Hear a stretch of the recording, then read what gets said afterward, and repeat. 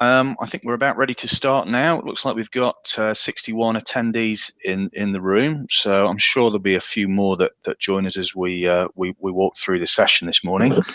First of all, I just wanted to welcome everybody and thank you for taking the time to join us today. My name is Jake Malander. I head up the customer account management team at RM. You may have heard me on the previous round of webinars that we delivered in April.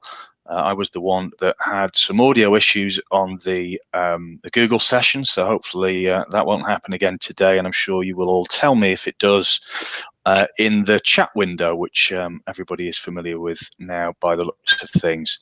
So great to see so many of our existing customers here with us today. Also great to welcome any new attendees that are perhaps new to RM, or maybe this is the first time that you've attended any of our events. So we welcome you all, and we hope that you find it very useful today. So a bit of background, things have changed a little bit within education since April, when we ran phase 1 of our supporting remote teaching webinars. Back then, very much schools were largely closed, with no real view on when that would change.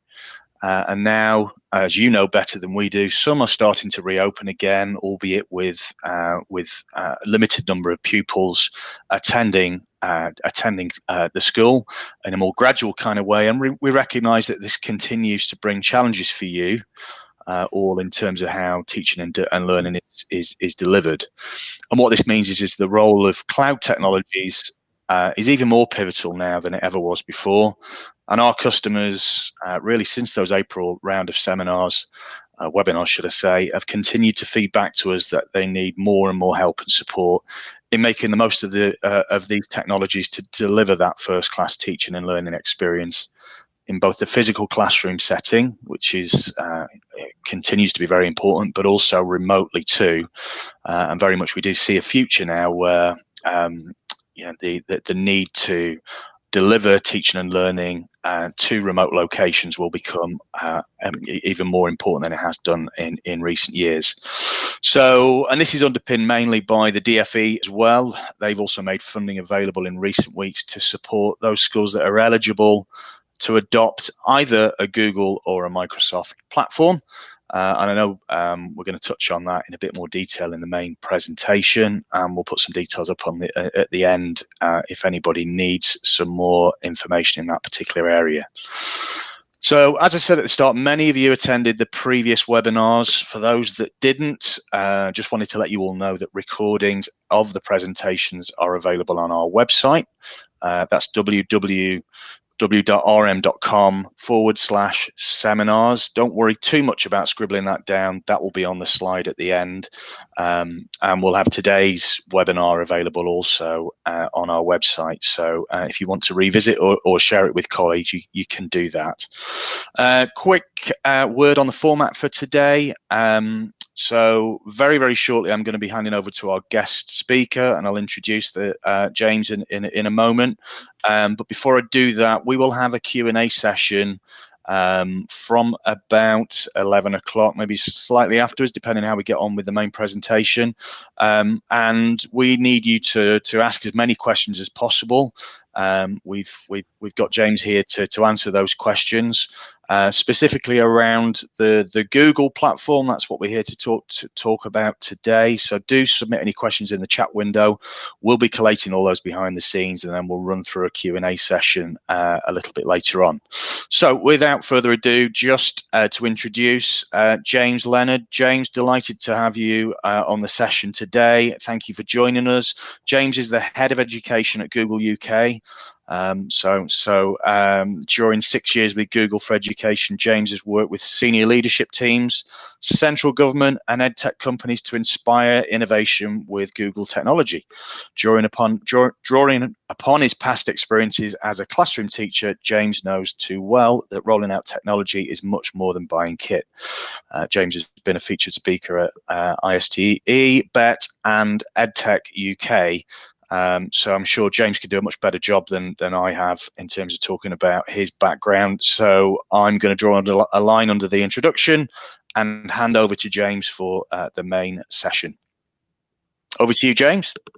Thank you, Jake, and thank you to the entire RM team.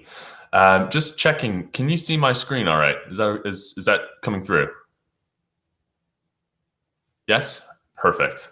We're really pleased to be with you all here today. I know how busy of a time it is, and we're incredibly grateful that you've taken 45 minutes to an hour out of your day to learn a little bit more about G Suite for Education, and hopefully to share as much as possible. I know that oftentimes webinars can feel a bit static, so I hope that we get some good conversation going in the public chat, and we make it as personable as possible, even though there's a screen separating us. So in that spirit, I'd like to just poll the audience a bit and toss a question out your way. So if you could, it looks like many of you have already responded in the chat. That's brilliant. You're incredible. If you could just pop in an answer to this question, that would be amazing. It would just give me a sense of who's out there and what have you been up to thus far in terms of distance learning. So have you been using G Suite for distance learning? And if so, how? So it looks like there's a mix of yeses and no's. That may have even been a yes from the previous question. Some no's, yes, 2 months, just starting, not yet, no, good. Google Classroom, we're deciding between Google and Microsoft. Informing pupils that work has been sent, so sort of replacing what would normally be sort of like a workflow. Started using before lockdown began, a couple of months with Google Classroom, Google Classroom, Google Classroom. Yes, Google Classroom, Google Forms for quizzes. Yes, we're not even going to talk about Google Forms today, but Forms is brilliant for formative assessment. Looking into Google Meet for remote classrooms. Things have been done over Google Classroom thus far. All the products is great. That's good to see. Perfect. Forms has been great for returning surveys. Excellent. Excellent. So it looks like we have a healthy mix of educators and leaders who haven't yet made the decision. It was actually interesting to see all the order of these come through. It's quite easy to type in no, N-O, and have that pop through. And then it looks like we have a number of people who have just sort of started in the last 2 months, and then who are using a variety of tools, whether it be, it seems like Classroom primarily, Google Meet, and Google Forms. Those seem like the real ones that are quite common here on the chat. That's very, very helpful. Okay, one more question for you. Please respond in the chat as well. What's one thing you learn? What's one thing you hope to learn more about today? It's one thing you hope to learn more about today. And I recognize we will have a question and answer session, so you can keep this broad or go as specific as you'd like. So how friendly it is for teachers.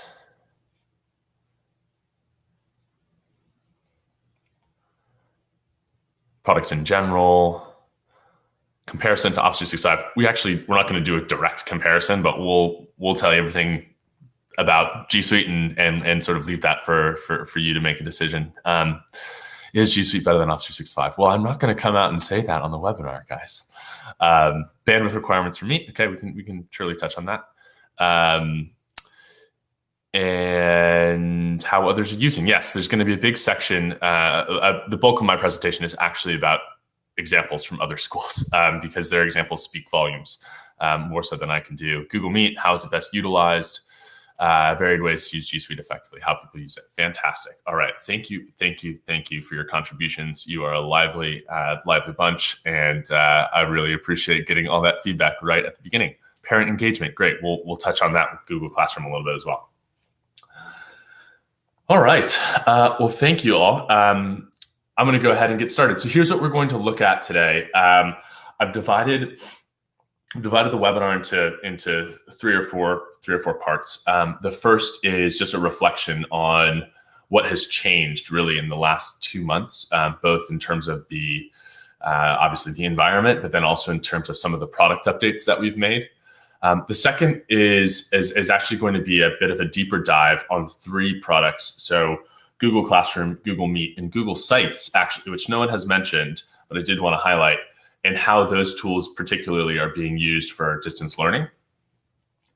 We'll then talk about a number of different professional development resources, and also for those IT administrators on the call, some of the features across G Suite services that help keep the platform safe and secure in a distance learning environment. So forgive me if I go a bit techie at the end, but I do want to make sure that those who might be in IT at the end see some of the backend, the admin console, and some of the functions that help schools keep their remote learning environments and regular learning environments digitally safe and secure. So without further ado, let's pop in. Well, I think we all know why we're sat on a webinar here as opposed to at a venue with RM at a seminar. COVID-19, of course, has flipped learning on its head a bit. 91% actually of enrolled learners. And this is a slide from probably about a month ago. It does not take into account some schools returning, but it's safe to say that most learners enrolled in school were remote in some way, shape, or form over the last couple of months. And at Google, we respond to the crisis as quickly as we could. And the way that we did that initially was through a number of improvements to our products. And when you have millions and millions and millions and millions and millions and millions and millions of users at the drop of a hat moving to a digital environment, you have to make sure that your products stand up. And so the first port of call for all of our product teams was making sure that we could absorb tens of millions of more users of products like Google Meet and Google Classroom. And if you talk to any customers or any colleagues about what that was like, you'll know that Google Classroom never went down, Google Meet never went down. And so a lot of what we did at first was really just capacity planning. As soon as we got an insight into what the impact of COVID-19 would be on society and schools, we made sure that Meet was there to do the job and absorb that volume. We also, which I'll explain a little bit more later, we also moved a number of free paid features, which is a part of our paid G Suite Enterprise for Education offering, into the free G Suite for Education. So this includes recording meetings for up to 250 participants and live streaming within the domain. We also have added additional on-off controls for administrators and a number of counter-abuse measures like these that make it easier for teachers to administer Google Meet in a live learning environment. So students can't greet their teacher, they can't open the door for strangers, they can't rejoin after the teacher leaves. These are just three of the moderation enhancements that rolled out in the first 2 weeks or so of school closures. And I have to say, I've been at Google for 7 years, and the product effort right now around Meet, and especially the product effort to push some of these critical features forward, was one of the most impressive, some of the most impressive launches I've seen, literally working around the clock to make sure that Meet was a safe, secure environment for educators. In Classroom, as I said, there's a lot of classroom capacity planning, which means we needed to make sure that the tool could absorb all of the users that were coming to it overnight. In Italy, we saw literally hundreds of thousands and millions of users just go right to Classroom when Italian schools closed at the beginning of March, and we knew that was coming in other markets across the globe. And so capacity planning was a big part of our efforts to keep the Google Classroom experience that everyone knows and loves live and functioning. And then we've also added functionality like this, which is a really tight Meet integration within Google Classroom, so that it's easier for teachers and educators to facilitate distance learning. So you can start a Google Meet for that class and sort of show the Meet link when you want as an instructor. So that's a really helpful tool, really easy for students to join. In addition, we've worked really hard to compile best practices for what does it actually look like to teach from home. And recognizing that in the UK, we may be, at least for the time being, out of an exclusive teach from home environment. But still, actually, a lot of the tips and tricks in teach from home site are relevant for learners as well. So I'll just go to it so you can see. So teachfromhome.google it's a temporary hub really for teaching and learning resources. And we have tips for teachers. So everything from the basics, like how do I start to teach remotely with video calls, setting up your home, starting a video call with your class, live streaming your lessons, to resources for schools, for school leaders. So this actually links directly to the Department for Education training, or the Department for Education funding for G Suite deployment. And then also resources for families and carers, as of course peoples are spending more time online. There's a need to maybe navigate the internet a bit more tactfully, and resources here to help create some healthy digital habits and explore the internet safely as a family. So Teach from Home is a really, really great resource. So those are sort of the things that we did, right? We knew that what we could do was build tools and build functionality in those tools to absorb capacity and to provide resources for schools as they were adopting the tools. And what we saw across England was yes, some schools moved into distance learning quite quickly. These first two tweets are from a trust and a primary school. A trust is in the north, the primary school is in London. And these are tweets from, I took the screenshot in April, but these were actually tweets from mid-March, right before schools closed. And in both cases, these two organizations had invested heavily in G Suite and invested heavily in their digital strategy and training and professional development for their staff. And they kind of moved pretty gracefully into distance learning because they had the infrastructure there. Similarly, our friends in Scotland, Wales, and Northern Ireland, Wales with the Hub platform, Scotland with the Glow platform, which is actually powered by RM Unify, and Northern Ireland with the C2K platform, all benefited from a prior investment in digital platforms like G Suite and Office 365. So across all of these countries, G Suite and Office 365 are nationally deployed. And so it was actually a bit easier for these schools to move into a distance learning environment, because it was maybe a couple of clicks and then they were either into G Suite or Office 365. So they had a little bit of an easier time. In England, though, it was a bit, there are pockets like in certain trusts or primary schools where this was quite easy. But in others, there had been sort of a lack of attention to investment in ICT platforms, and that's not a fault of any individual school. It's just a result of the structure of the system and some of the the policy choices, right? But we're not going to get into too much politics with a capital P right here. Just want to acknowledge that this wasn't necessarily the case in England. If we're really honest with ourselves, COVID-19 and school closures exposed quite a few schools to the reality that actually it was time to invest in deploying a digital platform and then seeing what they could do with it to deliver some semblance of education and try to keep continuity going.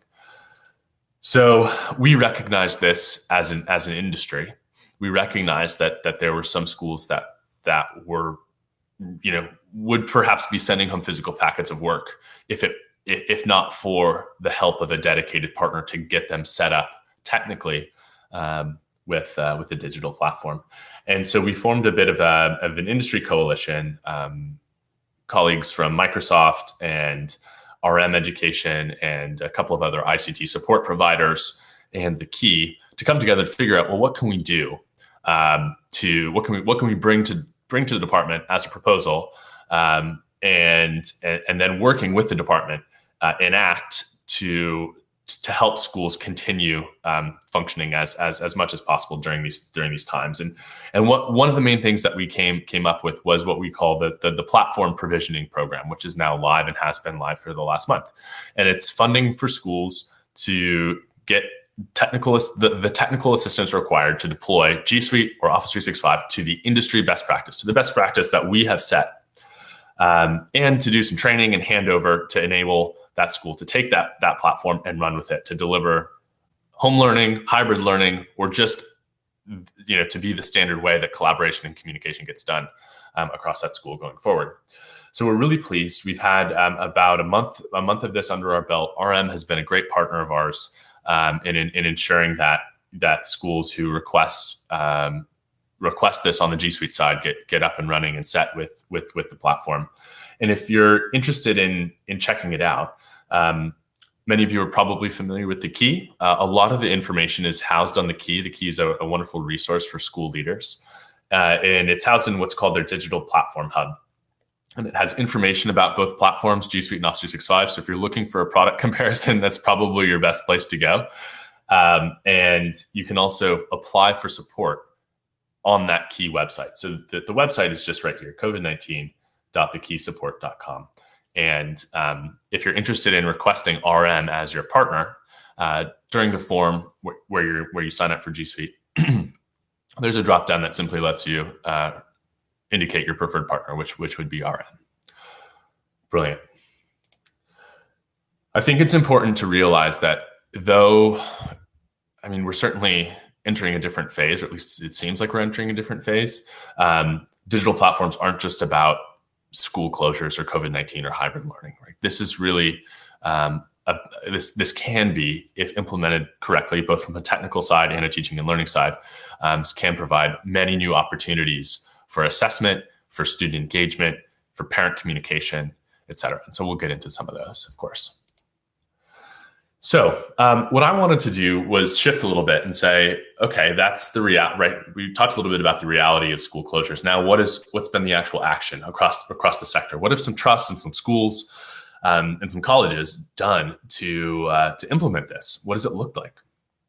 So as I said, I'm going to talk about 3 different tools across G Suite for Education. And of course, we'll open time for question and answer beyond these 3 tools. But the ones that I'm going to talk about are Google Classroom, Google Meet, and Google Sites, which I realize I don't have an icon for, so I can't circle it.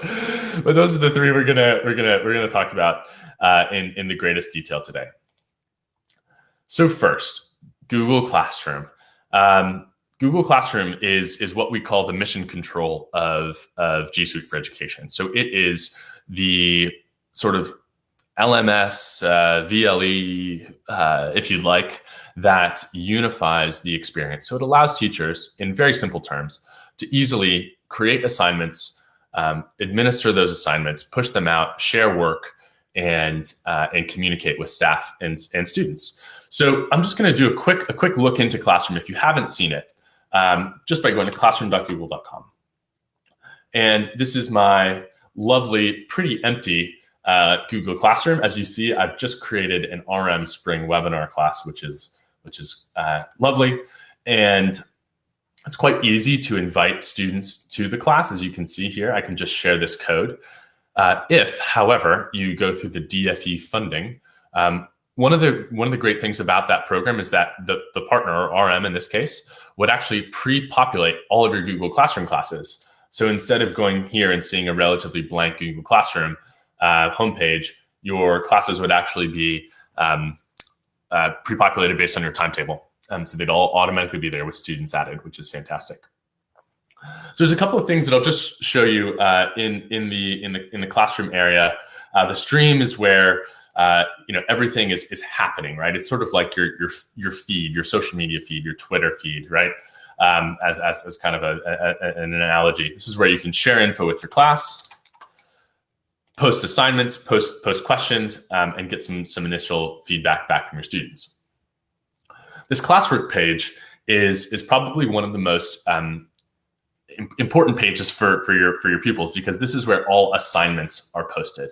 Now, in Google Classroom, you can create an assignment, either pulling it from Google Drive or uploading it from your computer.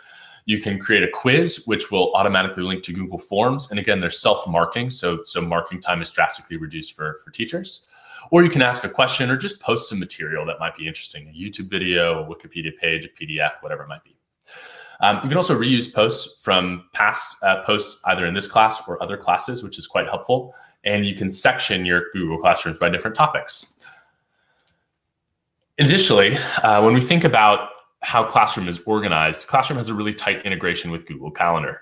So Google Calendar assignments will show up on Google Calendar according to their due date.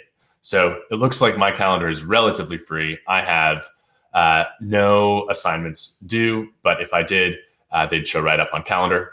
And this is also where you can easily launch into a Google Meet link associated with that classroom class. And as you might be wondering, well, if I'm sharing a ton of assignments on Google Classroom, where does it all go? Well, for each Google Classroom class, there's an associated Google Drive folder, and everything will be organized on the back end for teachers and for students in the associated classroom classes. You can see I have one here for the RM Spring webinar. So the classwork page is really all about creating assignments, right? Stream is about quick announcements, what's going on. Classroom is all about assignments and completion of assignments.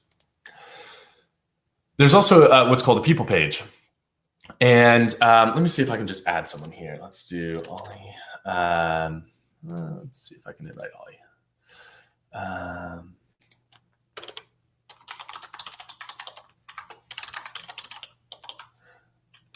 I was going to try to show you what it would look like to actually invite a student. However, I'm in a demo domain and I can't remember any of the other people in this domain, so you have to bear with me.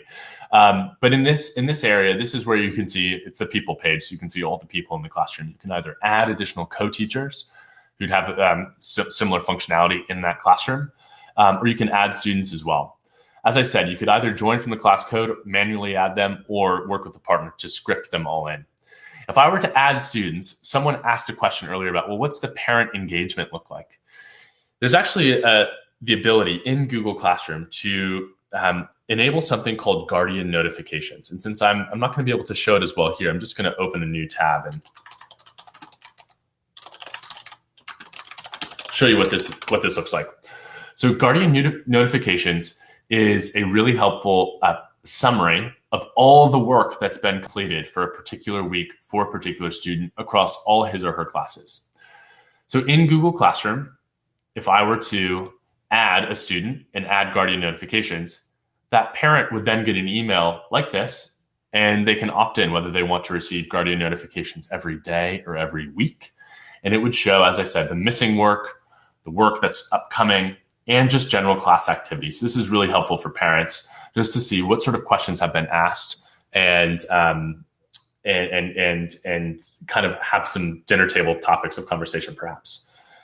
And what you can see this does is it collates the work across multiple classes. So in this case, it looks like this pupil's enrolled in 3 different classes. So if there's a secondary student, or actually even 4, a secondary student in multiple Google Classroom classes, that parent is still getting one guardian notification from Google Classroom with all of this info. So that's the people tab. We've gone through stream, classwork, people. If we hop to grades, this is actually where you're able to get a view of all the assignments that have been marked and graded across a particular classroom and assignments. So though it's quite empty here, just know that this would quite quickly populate, and I'd be able to add grades and feedback for pupils here. Also, just worth noting, if you're poking around the Google Classroom interface, this little settings cog that I just clicked into is really helpful. This is where you can enable or disable who can post and comment in the stream, who and how notifications are shown, and then also generate a Google Meet link for that class. So it's really easy for pupils to join the Meet link when you want it to be visible to students or when you want to hide it. Brilliant. So that's just the overview of Google Classroom, right? Easily create and manage assignments, push out work across the stream and classwork, and also communicate with guardians through the People tab.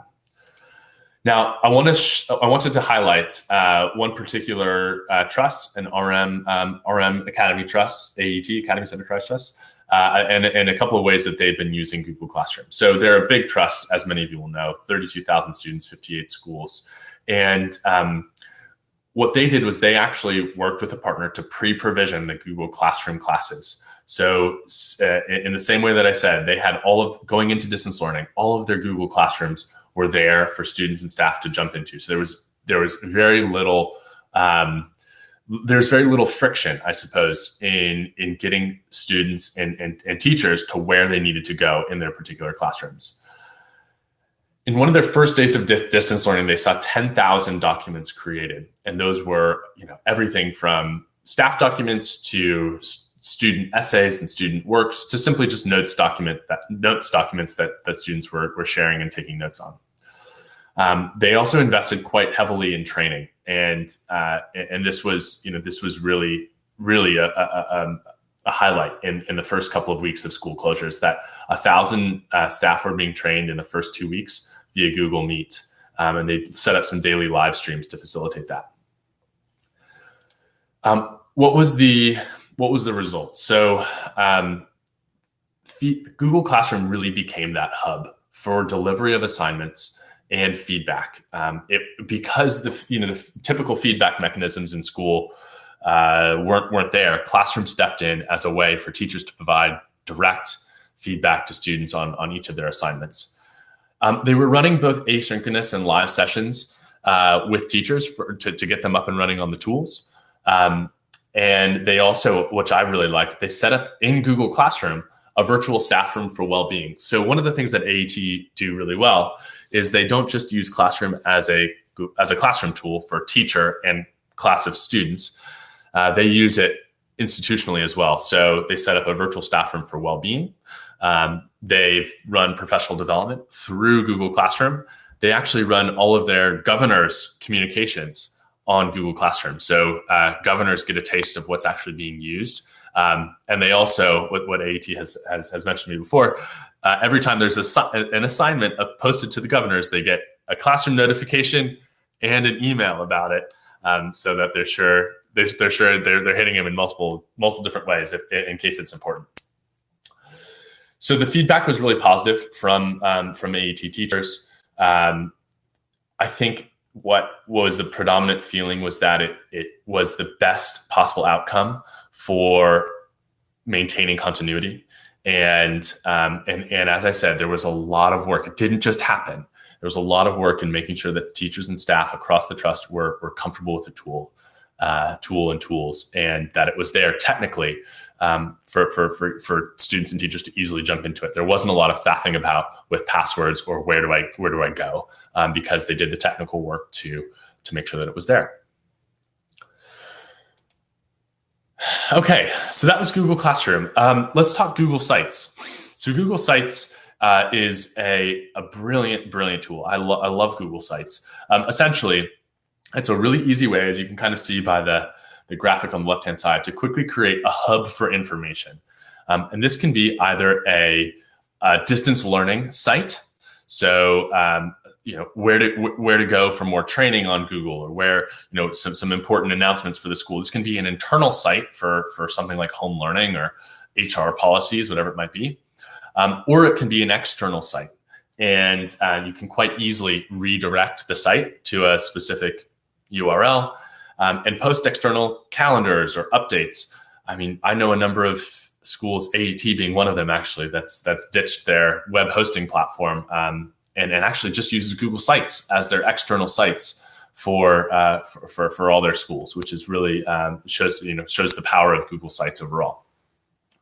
So you can get to Google Sites by going to sites.google.com. I've actually, or you can start it in Google Drive. I've actually just gotten a new site here. As you can see, it's completely blank. It's untitled, but I just want to show you how easy it is to start to create and edit and make a quick site.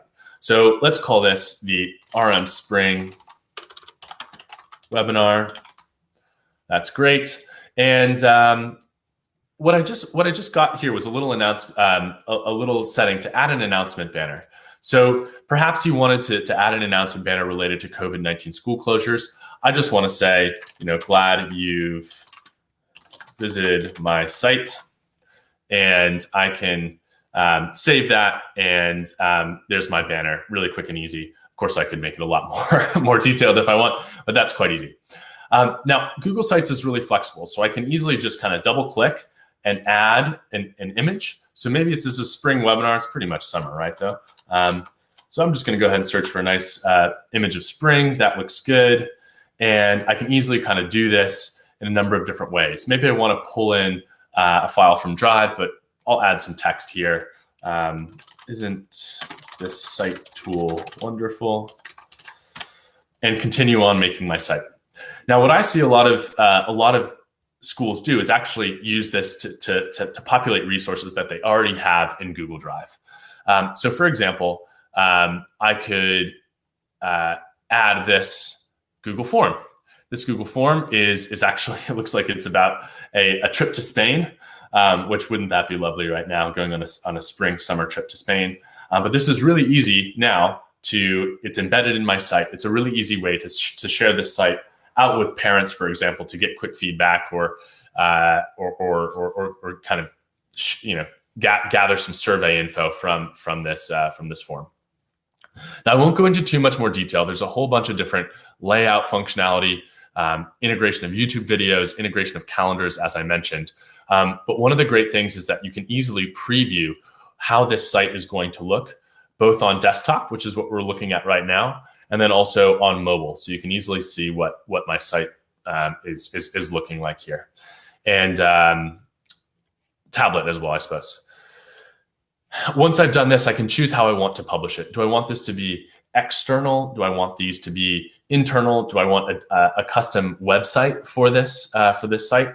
And who can see it? Is it just people within my Your Cloud School domain, or do I want to publish it externally? So a really flexible way to quickly get information out there. And there's some really fantastic examples of Google Sites right now. So actually, the DFE Demonstrator Schools program is all built on Google Sites. Let's get to it. So this is the EdTech Demonstrator Schools. It's the platform is actually hosted by LGFL, but this is all built on a Google site. Quickly, easy, editable. It's flexible, so they can change it as it gets updated. And as you can see, it's a much more beautiful interface than my RM Spring Webinar site. So there's a lot of power here in Google Sites as well.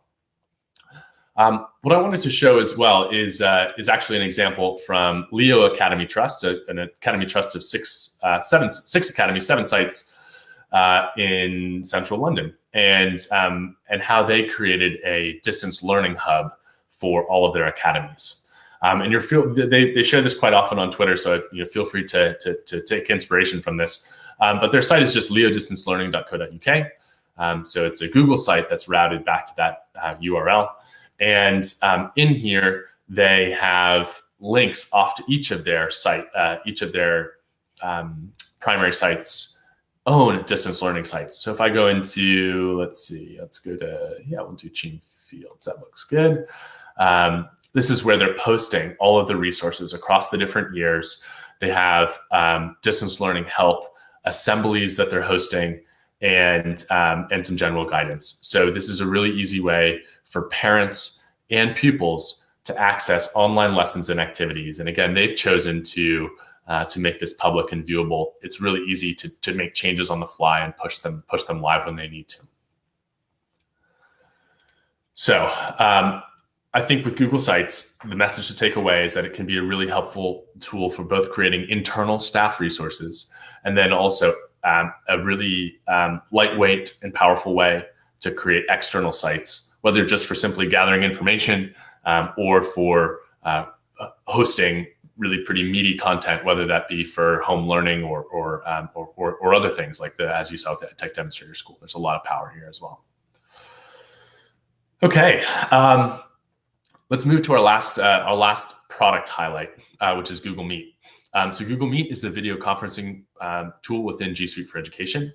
And as I mentioned, at the beginning of school closures, we announced a number of paid features. Pardon me. All right, I usually only sneeze twice, so there's the 2.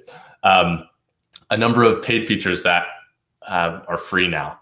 And these include live streaming for up to 250 people on a Meet, or up to 250 people live streaming, and then recording meetings and saving them to Drive. And actually, just wanted to call out, so these premium features were originally just going to be open until the 1st of July. We've actually extended this date to the 30th of September. So let's talk a little bit about Meet and what it looks like. Well, one of the probably most popular ways to create a Google Meet is actually just by doing it in Google Calendar. So if you create a Google Calendar event, and I'll just title this RM Webinar, It's really easy to add a guest. And when you do, there'll be a big blue button that shows join with Google Meet. So that's a really pretty easy way to get everyone into a meet, right? Click the big blue button. Pretty easy. However, if you go to meet.google.com, you also get this lovely landing page here. And as you can see, it now shows that, hey, I've got to join this RM webinar that I just scheduled. But you can also easily create a Google Meet and title it something that you'd like and continue into it. It's all in the browser, super easy to use, and I can join it and share this easily across colleagues or with students. And there's some really interesting functionality within Google Meet. So I know this is kind of like a screen within a screen here, but I can easily turn on closed captions and get a really accurate view of everything that I'm saying. If you're recording the meet, you'll also get a transcript of this at the very end, which is really helpful.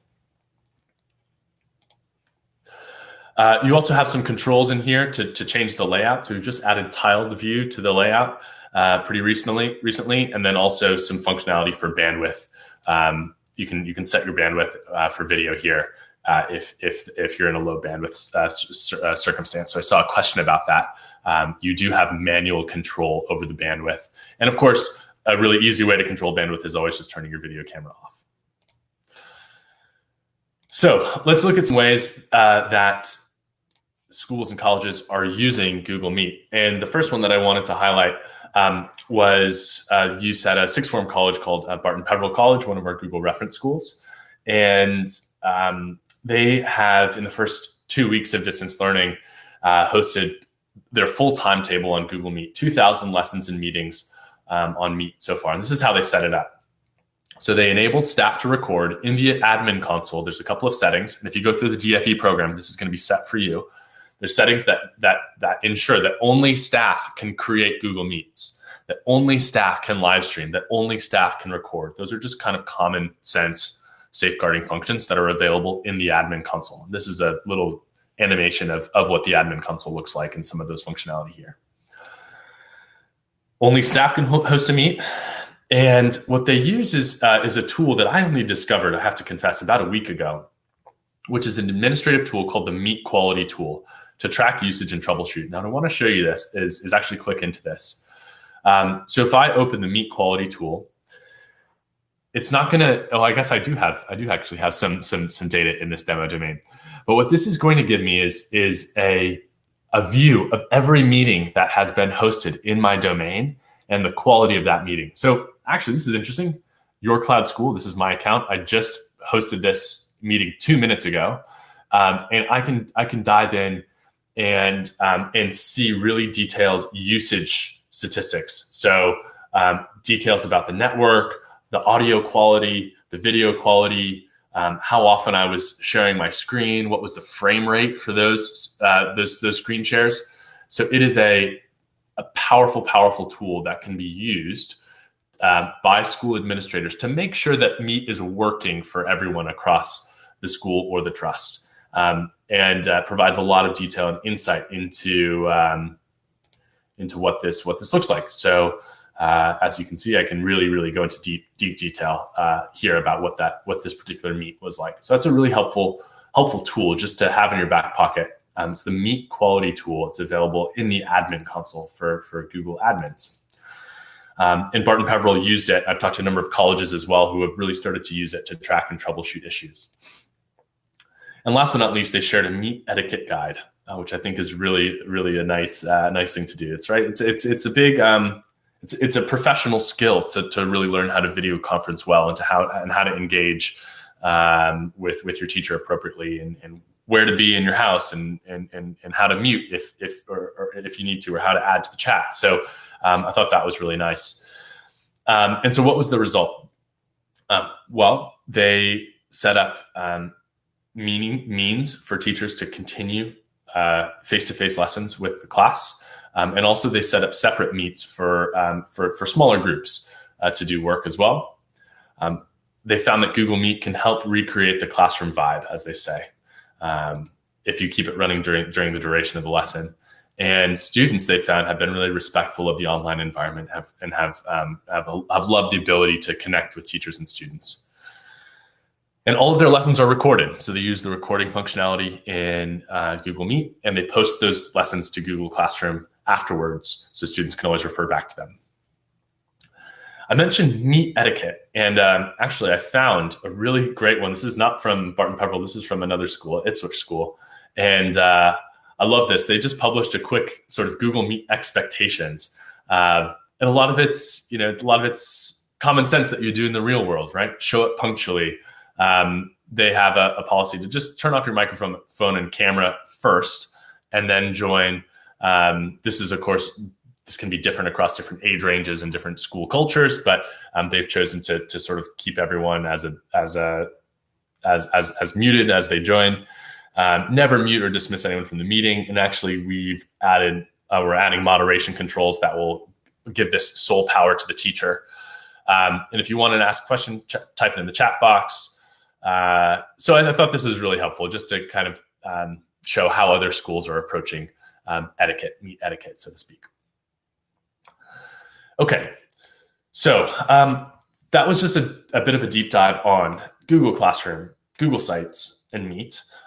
Where do you go if you want to learn a little bit more about these tools? I'm going to highlight some of the resources for you. So first, we have a number of different certifications, number of online training courses. We have our wonderful partners like RM, and we have learning communities called Google Educator Groups. So from a very high level, there's a multitude of ways to get involved and go a little bit deeper. And there are webinars like this, of course, to help as well.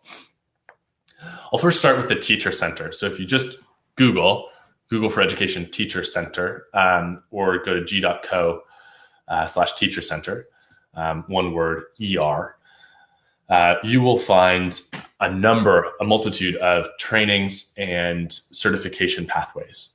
What we've done in recent months is try to compact our trainings into bite-size guides for classroom slides, docs, forms, and others. So there's really tight, kind of quick-hitting product information about each of our core products now in the Teacher Center without going through a full-fledged educator course. You can get the information you need by product.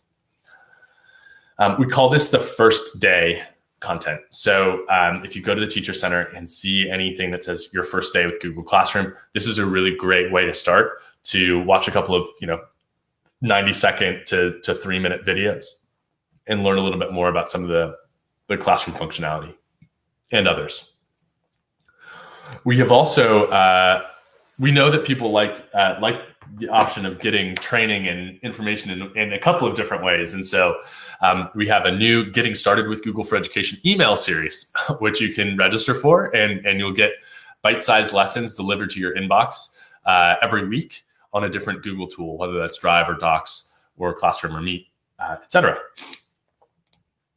And last but not least, I mentioned Teach from Home. I'd encourage you all to have a play through Teach from Home, especially the For Teachers section, because there's a lot of really good resources around some of the things I mentioned: Google Sites, structuring your lessons with slides, creating assignments with Classroom, and then making it accessible to all. So live captioning, as I showed, and a couple of other key accessibility tools.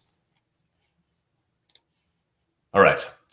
Last but not least, keeping it safe and secure. This is the part of the presentation that I mentioned is a bit more for our friends from the IT side of the house. So these are features within G Suite for Education and G Suite Enterprise for Education that do just that. So first, I wanted to start out with some of the free tools that are right there in the Administrator console for data loss prevention and keeping sensitive data secure. And it is what it does. What it says on the tin. It prevents the loss of data. This is a function, DLP, that prevents unintentional sharing of personal information outside of your domain. So what it can do is it can take some predefined content detectors, which basically means it knows when someone's trying to share a driver's license number or a credit card number outside of the domain. And it's easy to create some custom rules that prevent this information from leaking. In fact, it can also use what's called OCR, optical character recognition, to prevent someone sharing an image of a passport or an image of a driver's license or a PDF outside of the domain as well. And this all happens in this administrator console, the admin console. Admin.google.com is where this is all managed. And DLP just happens to be sitting over here in this little rules area, which after I sign in should be pretty easy to see. But this is just one of many different functions that is there in the admin console related to security. So as you can see, it's consent to drive data loss prevention rules here. The next is a tool that's really crucial for schools, especially in the age of GDPR. And this is a tool called Google Vault. So Google Vault is a free product within G Suite for Education. It is its purpose is e-discovery and archiving. So what it will do is it'll keep a copy of every chat, Google Drive file, email that's sent across your organization for as long as you want to keep it. You set the retention policy. Google Vault keeps it in the vault and enables you to do some quick and easy legal discovery as well. So basically, here's what it looks like. If I go to ediscovery.google.com, it's a pretty standard interface, but this would allow me to search across the entire organization, set retention holds, and as you can see, there's a lot of test matters, as we call them, where we're actually searching for mentions of a particular word or a particular user. So this is a really helpful thing. What most schools will do initially is just create a retention policy for how often things are stored in Google Vault. The other is another free aspect of G Suite for Education is starting to enforce two-step verification. So all the information that you put up into Google is governed by our industry-leading security practices, stored in data centers with some of the most intense physical security in the industry, with a team of 1,000 plus security engineers just dedicated to make sure that when your data is in our systems, it's safe and secure. But what we know is that oftentimes the weakest link in the security narrative is actually at the user, and it's weak passwords, and it's the use of multiple passwords across multiple systems. And one of the ways to help combat phishing attacks and compromised accounts is to enforce two-step verification, which many of you will know, get an SMS or use the Google Authenticator app, or in Google's case, I'm not sure if you can see this, we have these nifty little security keys that we use, which is a really secure way as a physical token. It's really easy to enforce these two-step verification settings in the admin console. I'd highly recommend looking into it, especially for staff. The last thing you'd want is for a teacher in a critical period of distance learning to lose access to an account because they didn't have two-step verification turned on and they were phished. So absolutely look at two-step verification. For those larger trusts, larger colleges, bigger secondary schools, I'd say, there has also been a lot more interest in our paid enterprise for education offering since lockdown. And enterprise for education is there as a paid option for institutions that want advanced security features, unlimited originality reports, which I'll talk about in a little bit more, and some additionally advanced video conferencing capabilities. So it is a paid SKU. It's basically the enterprise version of our business tools that we're making available to education customers if they think that they need these particular security tools within their organization. So I'll just mention a couple of them that have been probably where there's been the most interest in the last month or two. And one is that's creating a lot of interest across the IT admin community, and is actually just launched as a part of G Suite Enterprise for Education, is the ability to not only, of course, you can manage Chromebooks in the admin console, you can manage iOS and Android devices as well. You can now manage Windows 10 devices from the admin console. You can push out policies. You can even make it that those Windows 10 devices that you do have, that the users authenticate into those devices with a Google account, which is the experience that many users will be familiar with if they're using Chromebooks. So that's really cool thing that's just launched in April. Probably the most popular tool for schools and trusts that are considering G Suite Enterprise for Education is the advanced security functionality within the tools. So I'm not going to go into too much detail here, other than saying there are a number of different dashboards for security health across your organization to help you detect and triage threats, and then to investigate those threats, such as you can see, malware, phishing, rogue student spamming of the school-wide alias. Basically, as the administrator, it gives you the power to neutralize those as they're happening. So advanced controls and oversight really is the benefits of the security. And of course, Security Center. And of course, when you have most users working online, this can be really helpful to have a couple of extra tools in your IT admin pocket to deploy. Another thing that's actually catching on is an enterprise for education tool that allows schools, and again, I don't want to go too technical here, but it allows you to export what are called logs. So really granular data about the adoption and usage of G Suite applications to analyze trends. So there's some wonderful reports in the admin console already, which is fantastic. So these are just some of the standard reports that you might see. But in the G Suite Enterprise for Education tool, you're also able to export the logs, which means how users at a very granular level are interacting with the product, and pump them into BigQuery, which is a data visualization and data analysis product from Google, and get more insight into what's happening across your domain. So it's really helpful tool if you want to go to that next level beyond the reports in the admin console. And last but not least, in Google Classroom, what I didn't mention is there's actually plagiarism detection through what we call originality reports built into every assignment. In G Suite for Education, instructors or teachers get 3 originality reports per Google Classroom class. And with G Suite Enterprise for Education, this is unlimited.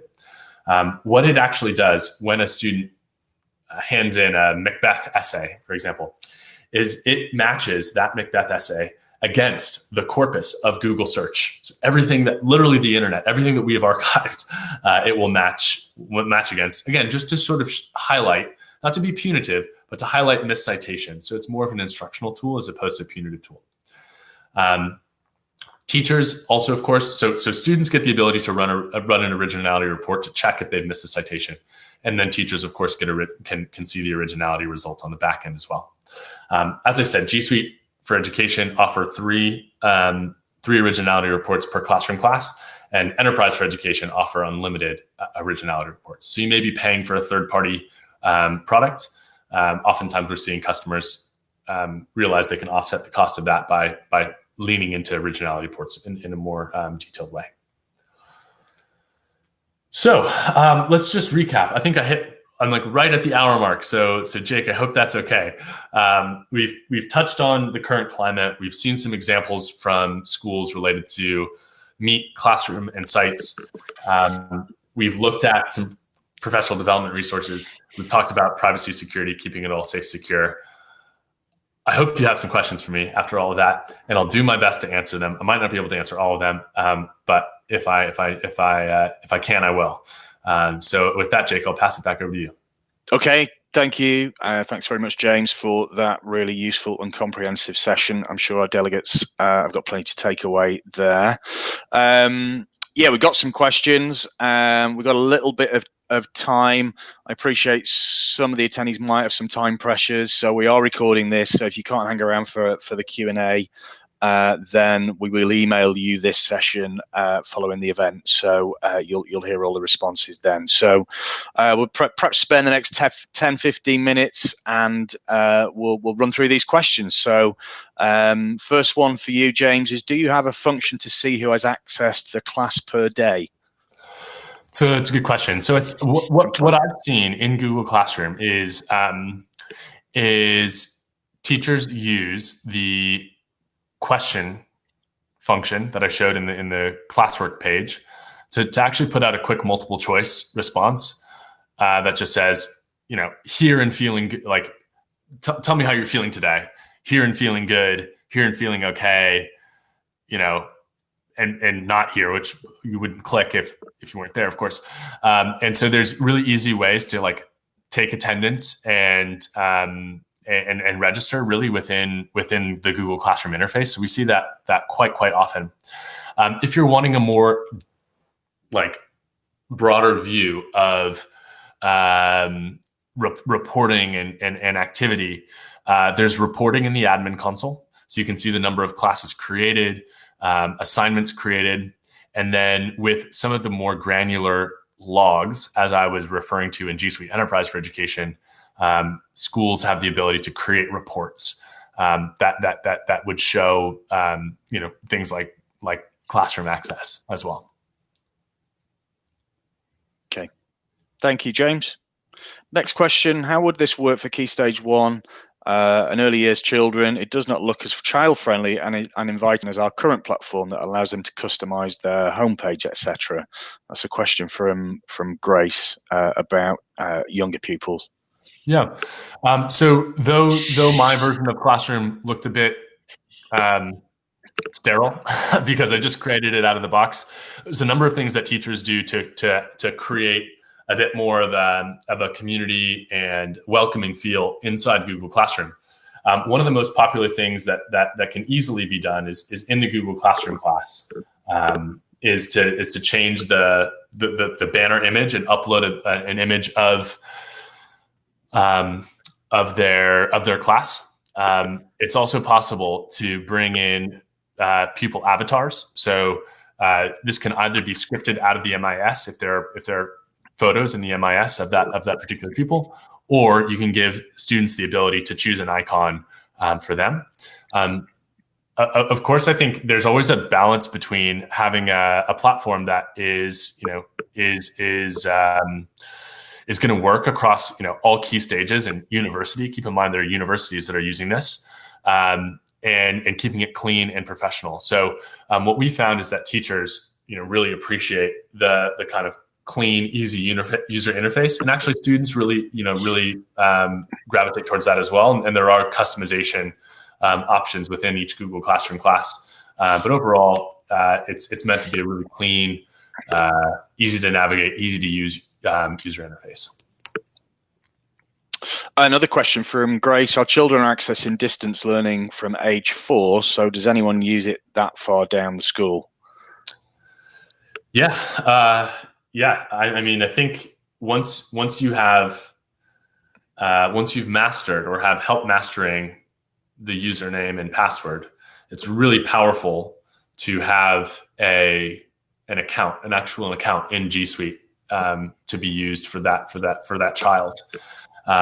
Especially because as work is created, even if it's the earliest years of primary, as that child moves forward, they can see the evolution of their work, right? All in Google Drive. It's all stored.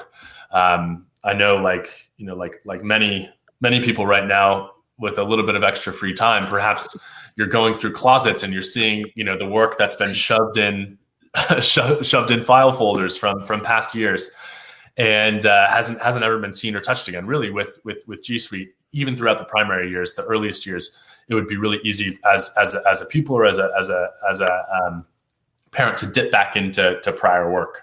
And of course, there's unlimited storage in Google Drive, so you're never hitting any storage limits.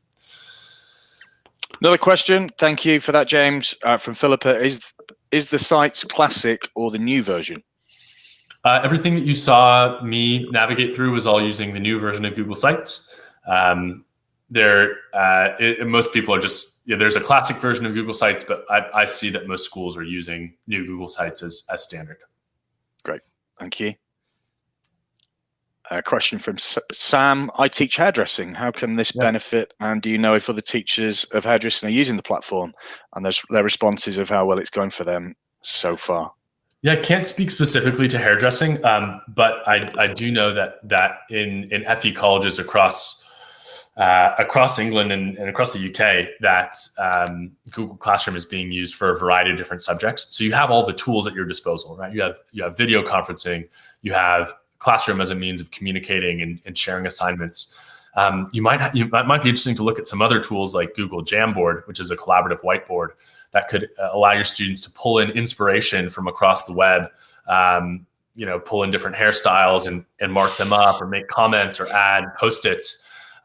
Google Slides could be a great tool as well to get all pupils working collaboratively on a presentation, or to provide scenarios to your pupils. So really, the sky's the limit with these digital platforms. The tools are there. It's just a matter of sort of uncovering them. But I would think the combination of Google Meet, where you could maybe do some virtual hairstyling, which of course many of us need at this point in time, to Classroom and some of the auxiliary content editing tools like Slides or Jamboard could be a great way to approach that.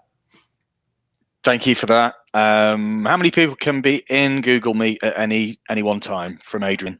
Yeah, great question, Adrian. So it's up to 250 endpoints. So that could be 250 conference rooms of 10 people each, right? So then you have many, many more people, but 250 sort of endpoints can join a Google Meet. Oftentimes what we see is if there's any meetings over 100, really, a lot of schools will start to use the live streaming function, which is a little bit more user-friendly for facilitating large groups. And that's also available now in G Suite for Education. Thank you. Do people have to be members to join the Google Meet? From Dawn. That's a great question. No, actually. So we do have the ability for users without a Google account to join Meets. However, for schools, you have the ability to customize what that looks like. So how Meets can be accessible for people outside of your domain. And that's also something within the DFE funding that your partner will set up. Will it give a log of which pupils logged? From Philippa. Philip, I'm going to have to check on that. That sort of detailed question about classroom logs. Let me circle back, and Jake, I'll send you that note at the end. Thank you. Yeah. Any questions like that we can't answer today, or that we just haven't got time to, we're gonna respond to all of those and make those available. Do the students see each other in Classroom Meet, or only the teacher? Another question from Sam. They would. It's just like any other Google Meet, so you can test it out with your colleagues, and that would be the same feel and functionality with pupils joining. So they would be able to see. Now it looks like, depending on the Meet etiquette, the video conferencing etiquette of that particular school, you could either say, by default, we want all pupils to turn off camera or and mute the microphone, or you can say, hey, at the beginning, we're going to have a check-in, right? We want to acknowledge that people might be feeling a bit odd these days. So everyone come off your camera, say hello. It's more of an etiquette question and a culture question, really, is how do you as a school want to facilitate those virtual interactions? You have the ability to mute everyone and hide everyone's video. But you also might recognize that your staff and your students need to see each other and will benefit from seeing each other. So that's really, really up to you. But you do have the option for either. Thanks. Through Google, is there the ability to turn off Chromebooks in the evening through admin management? Question from Sarah. There's some really unique device management functions in the admin console. One of them that's it's interesting. We actually often hear the flip side of this. So I'll explain what the flip side is, and then I'll address your question. The flip side is if Chromebooks are going home and they're being used for learning throughout the day, can these devices be used as a family device in the evening or on the weekends? There's the ability to lock down that device so only users in your school can use it. So you can only log in with James Leonard at yourschool.sch.uk, right? But oftentimes, I think what schools have recognized is that devices are going home to households without perhaps widespread access to technology. And in some cases, it could be beneficial for other family members to be able to use that device productively as well. So one functionality that we do have in the admin console is something called off hours, which at certain points throughout the day or the week allow you to lift that sign-in restriction for the school's account, for the school's domain. So that maybe on Saturday morning at 10 a.m., I can sign in with my own personal Gmail account if I'm a family member, and use that device more productively around the family. So that functionality exists. In terms of the ability to turn off Chromebooks in the evening, explicitly, that explicit function doesn't exist natively in the admin console. Though there might be ways through a content filter, such as RM Buzz. So RM Buzz is a really helpful Chromebook device filtering extension that you can deploy through the admin console, and it will basically create a filtered environment for Chromebooks, even if they're off the network. Basically, if they're signing in from home, they'll get the RM safety net sort of filtering environment that they would have experienced if that device was on the school network, on the school Wi-Fi. And there may be functionality within that filter to basically blacklist the internet. So you could do it. Like I'm not going to say there are not ways to do it, but I think it's worth a productive conversation with teachers and with students, really, to identify, instead of just shutting and locking things down, to identify how are students learning. It might be that for some students, the only time in secondary, maybe the only time that they get peace and quiet around their house is in the evening. So I think it's just worthwhile, before anyone goes into looking at technology and security with a mallet approach, to sort of assess how the users are sort of interacting with those products as well. On the admin console, when I create a group, they're not class group, but are tutor groups that are not on the timetable. There is not. I think this means there is not the ability to communicate back with Unify. Do you plan to implement that? I think this is a question for RMs. This sounds like it's a group question. So a lot of groups in RM Unify will be populated based on the data in the MIS, which is really helpful. It sounds like in this case, this user has created a Google group in Google and is looking for that to populate back to Unify. So I suppose that's one for the RM colleagues. We've got Dave Fitzpatrick on the call. I don't know if Dave, that's something that you know the answer to or can help us with.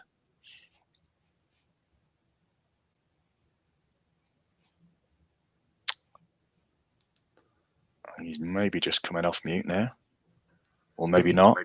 Sorry, can you hear me? There we go. Hi, Dave. Create groups. So at the moment, class groups don't exist. You can create the groups but they don't create email groups. But what you can do is you can email the whole group from within Classroom. So there's an option when you go to all the people within Classroom and select them all to send an email to the whole group. I'm not sure if that would help at all. Okay, thank you for that. That's I think that's answered that one. And again, we'll provide a bit more detail for that just as soon as we've gone through all the questions. I think we may need to make this the last question that we answer today and come back to the rest later. So we are an Office 365 school. So my first Microsoft related question, but looking to invest in Chromebooks, is the option to manage Chromebooks, Google's MDM solution, free to school, or is it a cost option? This is a great question. And it's one we get a lot. I can tell you, we have so many customers using Chromebooks as a platform to access Office 365. So yes, it absolutely can be done. There's a couple of ways that you can think about this. One is it really comes down to, do you want a Google account for that pupil? So you can do two things. If you do, you can basically use a couple of tools to mirror the Microsoft identity to the Google identity. So you can use a tool called Google Cloud Directory Sync and G Suite Password Sync to basically make those identities exactly the same. So it's really easy to sign into Chromebooks using existing credentials. And then if you don't want to use the G Suite services in the admin console, you can turn them on or off. So If you wanted to turn off Gmail, if you wanted to turn off anything, you could do that, right? So it'd just be kind of an empty Google account. That's a really easy way to authenticate into both services. There's also a number of single sign-on platforms, a la RM Unify, that make this really easy and do all of the identity work in the background. Alternatively, you can set Chromebooks up as what is called a managed guest session. So it's really easy to create kind of a custom kiosk, safe, secure, bookmarks. Maybe you have the Office 365 apps on the pin to the dashboard. And when you open the lid of the Chromebook, you actually don't have to sign in. You're just plugged right into that kiosk. And then maybe you hit the splash page for Office 365, or you hit the welcome page for the school, and you can sign into and authenticate into the services in the browser. So there's a number of different ways to do it. I'd say, it's probably equally split between schools that choose to create a Google identity and turn off services, or schools that choose to create a kiosk. There's also a way, with a bit of work with SAML SSO, to actually have the sign-in screen to your Chromebook be your Microsoft sign-in screen. It still does need to authenticate back to Google, but it's a really helpful way to just get users right into it. So I'd say talk to RM. RM has done this in a number of scenarios, and I'm sure they could help you out both with the devices and then also the setup. Okay. Sorry, just to add. So you still would manage the device with the Chrome Education upgrade, which is a £19 license. It's a perpetual license. It lasts for the life of the device. Cool. Thank you. I think I'm being told we've only got one more question left, so I think we'll try and squeeze that one in. All right. Here it is. That's a big long one. When using Google Meet to deliver via parents externally for Key Stage 1 children, a nickname allows the Meet to be closed automatically when the teacher leaves. But there is a note to say that the nickname is an internal only one. Does this mean that external people can't join a nickname meeting? And if the meeting isn't nickname, is there a way to manually close the meeting? Bailey, this one isn't necessarily going to roll off my tongue. So what I'll do is I'll follow up on this one. My instinct is that external sharing is actually a setting in the admin console, and it's not necessarily something that is related to how a meeting is created and named. Let me take this one out, and I'll work with the RM team to get a response for you. Great. Thank you very much indeed, James. And thank you everybody for joining us. There's just some very brief messages here to remind you of. The webinar recording and presentation will be emailed out to you all, as I mentioned earlier on. If you want more information about the DFE scheme, James kindly provided some links. There's another one on our website that also takes you off to the official announcement from the DFE as well. So that is up there on the screen. And if there are any questions that you couldn't ask today or you weren't able to, then there's some contact details there. We'd love to hear from you. And finally, we always want your feedback. We want to know how we can improve these in the future. So this will literally take you 30 seconds. If you wouldn't mind just answering a few questions that you see on your screen, that will really help us. We're going to leave this running for about 5 minutes just to capture all of those. And again, thank you for your time and enjoy the rest of the day. Thank you, James. Thank you.